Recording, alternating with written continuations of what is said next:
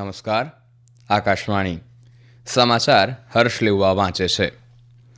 રાષ્ટ્રપતિ દ્રૌપદી મુર્મુ આજે ભુવનેશ્વરમાં 18મા પ્રવાસી ભારતીય દિવસ સંમેલનમાં સમાપન સમારોહમાં ભાગ લેશે. ઉત્તર પ્રદેશના મુખ્યમંત્રી યોગી આદિત્યનાથે આકાશવાણીની કુંભવાણી ચેનલનો પ્રારંભ કરાવ્યો. કેન્દ્રીય રેલવે મંત્રી અશ્વિની વૈષ્ણવે જણાવ્યું કે મધ્યમ વર્ગ અને ઓછી આવક ધરાવતા જૂથો માટે ટૂંક સમયમાં નવી વંદે ભારત ટ્રેન સેવા શરૂ કરવામાં આવશે. જમ્મુ કાશ્મીર સહિત સમગ્ર ઉત્તર ભારતમાં શીતલહેર યથાવત, વિમાન અને રેલ વ્યવહાર ખોરવાયો. અમેરિકામાં લોસ એન્જલસમાં લાગેલી આગમાં 10 લોકોના મોત, 2.5 લાખ લોકોને સ્થળાંતર કરવાનો આદેશ. અને ગુજરાતમાં રમાઈ રહેલી ભારત અને આયર્લેન્ડ વચ્ચેની પ્રથમ વન ડે મેચમાં કેપ્ટનની અડધી સદીની સહાયથી પ્રવાસી ટીમની સારી શરૂઆત. રાષ્ટ્રપતિ દ્રૌપદી મુર્મુ આજે ભુવનેશ્વરમાં 18મા પ્રવાસી ભારતીય દિવસ સંમેલનના સમાપન સમારોહમાં હાજરી આપશે. તેઓ સંમેલનમાં મોટી સંખ્યામાં એકત્રિત થયેલા બિનનિવાસી ભારતીયોને સંબોધન કરશે. સુશ્રી મુર્મુ વિવિધ ક્ષેત્રોમાં શ્રેષ્ઠતા માટે પ્રવાસી ભારતીયોને પ્રવાસી ભારતીય સન્માન પણ એનાયત કરશે. આ પુરસ્કાર બિનનિવાસી ભારતીય અને ભારતીય મૂળના વ્યક્તિ દ્વારા સ્થાપિત અને સંચાલિત સંસ્થાને ભારતમાં અથવા વિદેશમાં અસાધારણ સામાજિક તથા માનવતાવાદી કાર્ય અને તેમના દેશમાં ભારતની પ્રતિભા વધારવા માટે કરેલા નોંધપાત્ર યોગદાન બદલ આપવામાં આવતું સર્વોચ્ચ સન્માન છે. પ્રધાનમંત્રી નરેન્દ્ર મોદીએ પ્રખ્યાત પાર્શ્વગાયક પી જયચંદ્રનના નિધન પર શોક વ્યક્ત કર્યો છે. એક સોશિયલ મીડિયા પોસ્ટમાં શ્રી મોદીએ કહ્યું કે વિવિધ ભાષામાં જયચંદ્રનના ગીતો આવનારી પેઢીઓ માટે હૃદયસ્પર્શી રહેશે. શ્રી મોદીએ ઉમેર્યું કે જયચંદ્રનના અવાજમાં વ્યાપક લાગણીઓનો પડઘો પડે છે. ઉત્તર પ્રદેશના મુખ્યમંત્રી યોગી આદિત્યનાથે આજે મહાકુંભ 2025ને સમર્પિત આકાશવાણીની કુંભવાણી ચેનલનો પ્રારંભ કરાવ્યો છે. આ પ્રસંગે શ્રી આદિત્યનાથે કહ્યું કે મહાકુંભ સાંપ્રદાયિક એકતાનો સંદેશ આપે છે. માહિતી અને પ્રસારણ રાજ્યમંત્રી ડોક્ટર એલ મુરુગન કાર્યક્રમમાં વર્ચ્યુઅલી જોડાયા હતા. કાર્યક્રમ દરમિયાન કુંભ મંગલ ધૂનનું પણ લોન્ચિંગ કરવામાં આવ્યું હતું. जो महाकुंभ है ये केवल एक आयोजन नहीं है बल्कि सनातन गौरव और गर्व का एक महासमागम है. जिसको सनातन धर्म के गौरव और गरिमा को देखना हो तो वह कुंभ का दर्शन करे, कुंभ में आकर के अवलोकन करे. यहाँ न पंथ का भेद है, न जाति का भेद है, न छुआछूत है, न कोई लिंग का भेद है. सभी पंथ और संप्रदाय एक साथ एक ही संगम पर स्नान करते हैं. सभी लोग एक जगह आकर के आस्था की डुबकी लगा करके प्रयागराज के माध्यम से उस संदेश को, सनातन गर्व के प्रति इस संदेश को पूरे देश और पूरी दुनिया तक लेके जाते हैं. આકાશવાણીની કુંભવાણી ચેનલ આવતીકાલથી 26 ફેબ્રુઆરી સુધી સવારે 5:55 રાત્રે 10:05 સુધી મહાકુંભના વિવિધ કાર્યક્રમોનું પ્રસારણ કરશે. કુંભવાણી ચેનલ દ્વારા અમૃત સ્નાનનો આંખો દેખ્યો હાલ પણ પ્રસારિત કરવામાં આવશે. આ સમારોહમાં પ્રસાર ભારતીના અધ્યક્ષ ડોક્ટર નવનીત કુમાર સહેગલ સહિત દૂરદર્શનના મહાનિર્દેશક કંચન પ્રસાદ અને આકાશવાણી અને દૂરદર્શનના વરિષ્ઠ અધિકારીઓ સહિત અનેક મહાનુભાવો ઉપસ્થિત રહ્યા હતા.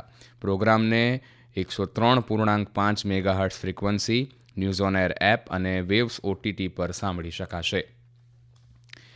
કેન્દ્રીય રેલવે મંત્રી અશ્વિની વૈષ્ણવે આજે ચેન્નાઈની ઇન્ટિગ્રલ કોચ ફેક્ટરીની મુલાકાત લીધી અને ભારતની રેલવેની માળખાગત સુવિધાઓમાં પ્રગતિની સમીક્ષા કરી છે.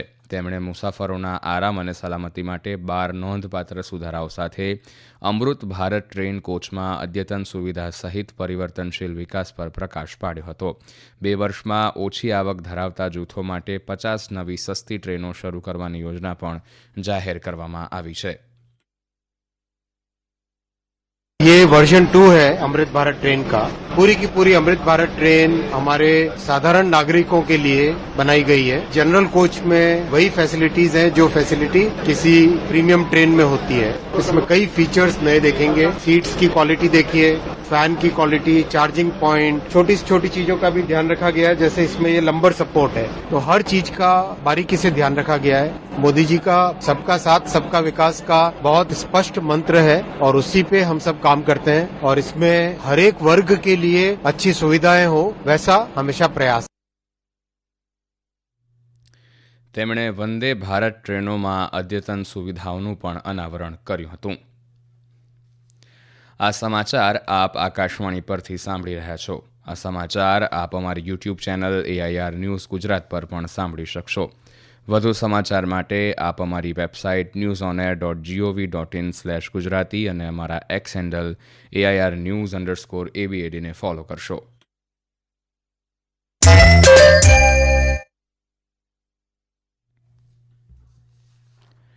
જમ્મુ અને કાશ્મીરમાં શીતલહેર સાથે ઠંડીનું મોજું ફરી વળ્યું છે. શ્રીનગરમાં -4.3 ડિગ્રી જ્યારે પહેલગામમાં -10 ડિગ્રી લઘુત્તમ તાપમાન નોંધાયું છે. હવામાન વિભાગે કહ્યું છે કે રાત્રિના સમયે આકાશ સ્વચ્છ હોવાને લીધે લઘુત્તમ તાપમાનમાં ઘટાડો નોંધાઈ શકે છે, જેના કારણે શીતલહેરની સ્થિતિ યથાવત રહેવાની સંભાવના છે. હવામાન વિભાગે જણાવ્યું છે કે આજે સમગ્ર પ્રદેશમાં સૂકું વાતાવરણ રહેવાની શક્યતા છે તથા આવતીકાલે વાદળછાયા વાતાવરણ સાથે હળવો વરસાદ અને બરફ પડવાની શક્યતા છે. ઉલ્લેખનીય છે કે કાશ્મીરમાં ચિલ્લાઈ કલાન તરીકે ઓળખાતા અતિશય ઠંડા શિયાળાની શરૂઆત ગત 21 ડિસેમ્બરથી થઈ છે અને 30 જાન્યુઆરી સુધી પ્રવર્તમાન રહેવાની સંભાવના છે. આજે દિલ્હી અને આસપાસના વિસ્તારમાં ગાઢ ધુમ્મસને કારણે દૃશ્યતા શૂન્ય થઈ જતાં વિમાન અને રેલ વ્યવહાર ખોરવાઈ ગયો છે. પ્રયાગરાજ એક્સપ્રેસ, સંપૂર્ણ ક્રાંતિ એક્સપ્રેસ અને શ્રમ શક્તિ એક્સપ્રેસ સહિત દિલ્હી જતી લગભગ 26 ટ્રેનો અને 150થી વધુ ફ્લાઇટ્સ મોડી પડી છે. આ ઉપરાંત 26 જેટલી ટ્રેનોમાં પણ વિલંબ થયો હતો. હવામાન વિભાગે શીતલહેર અને ગાઢ ધુમ્મસને કારણે ઓરેન્જ એલર્ટ જાહેર કર્યું છે. હવામાન વિભાગે આજે પંજાબ, હરિયાણા, ચંદીગઢ અને ઉત્તર પ્રદેશના કેટલાક ભાગોમાં રાત્રે અને વહેલી સવારના સમયે ગાઢ ધુમ્મસની આગાહી કરી છે. આગામી 2 દિવસ સુધી બિહાર, ઝારખંડ, હિમાચલ પ્રદેશ, ઓડિશા અને ઉત્તર પૂર્વીય રાજ્યોમાં પણ સમાન સ્થિતિ રહેવાની સંભાવના છે. હવામાન વિભાગે આજે જમ્મુ કાશ્મીર, લદ્દાખ અને હિમાચલ પ્રદેશમાં શીતલહેરની સ્થિતિ યથાવત રહેવાની આગાહી કરી છે. અમેરિકામાં લોસ એન્જલસના કેટલાક ભાગોમાં ફેલાયેલી જંગલની ભીષણ આગમાં અંદાજિત 10 લોકોના મોત થયાના અહેવાલ છે.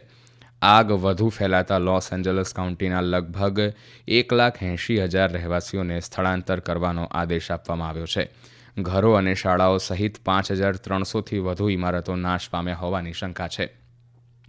અમેરિકાની મનોરંજન રાજધાની તરીકે ઓળખાતા હોલિવૂડ હિલ્સ સહિત ગીચ વિસ્તારવાળા શહેરી વિસ્તારમાં આ ભીષણ આગ લાગી છે. 17,000 એકરથી વધુ જમીનમાં લાગેલી આગને બુઝાવવા માટે અગ્નિશમન દળો યુદ્ધના ધોરણે કામ કરી રહ્યા છે. કેલિફોર્નિયામાં લાગેલી વિનાશક જંગલની આગ બાદ અમેરિકાના પ્રમુખ જો બાઇડેને જાહેરાત કરી છે કે તેમની સરકાર 6 મહિના સુધી દક્ષિણ કેલિફોર્નિયામાં જીવન અને સંપત્તિના રક્ષણ માટેના પગલાંનો ખર્ચ ઉઠાવશે. આ દરમિયાન કટોકટીના સંચાલનમાં મદદ કરવા માટે કેલિફોર્નિયાના નેશનલ ગાર્ડને તૈનાત કરવામાં આવ્યા છે. પેરિસ હિલ્ટન, બિલી ક્રિસ્ટલ સહિતના હસ્તીઓએ પોતાના ઘર ગુમાવ્યા હોવાના અહેવાલ છે. મહિલા ક્રિકેટમાં ગુજરાતના રાજકોટ સ્થિત સૌરાષ્ટ્ર ક્રિકેટ એસોસિએશન સ્ટેડિયમ ખાતે રમાઈ રહેલી ભારત અને આયર્લેન્ડ વચ્ચેની 3 વન-ડે આંતરરાષ્ટ્રીય શ્રેણીની પહેલી મેચમાં છેલ્લા મળતા અહેવાલો પ્રમાણે કેપ્ટન ગેબી લુઇસની અડધી સદી સાથે આયર્લેન્ડે 30 ઓવરમાં 4 વિકેટે 133 રન બનાવ્યા છે.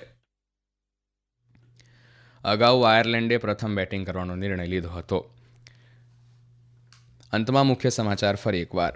રાષ્ટ્રપતિ દ્રૌપદી મુર્મુ આજે ભુવનેશ્વરમાં 18મા પ્રવાસી ભારતીય દિવસ સંમેલનના સમાપન સમારોહમાં ભાગ લેશે. ઉત્તર પ્રદેશના મુખ્યમંત્રી યોગી આદિત્યનાથે આકાશવાણીની કુંભવાણી ચેનલનો પ્રારંભ કરાવ્યો. કેન્દ્રીય રેલવે મંત્રી અશ્વિની વૈષ્ણવે જણાવ્યું છે કે મધ્યમ વર્ગ અને ઓછી આવક ધરાવતા જૂથો માટે ટૂંક સમયમાં નવી વંદે ભારત ટ્રેન સેવા શરૂ કરવામાં આવશે. જમ્મુ કાશ્મીર સહિત સમગ્ર ઉત્તર ભારતમાં શીતલહેર યથાવત, વિમાન અને રેલ વ્યવહાર ખોરવાયો. અમેરિકામાં લોસ એન્જલસમાં લાગેલી આગમાં 10 લોકોના મોત, 2.25 લાખ લોકોને સ્થળાંતર કરવાનો આદેશ અને ગુજરાતમાં રમાઈ રહેલી ભારત અને આયર્લેન્ડ વચ્ચેની પ્રથમ વન-ડે મેચમાં કેપ્ટનની અડધી સદીની સહાયથી પ્રવાસી ટીમની સારી શરૂઆત. આ સાથે જ આકાશવાણી પરથી સમાચાર પૂરા થયા. નમસ્કાર.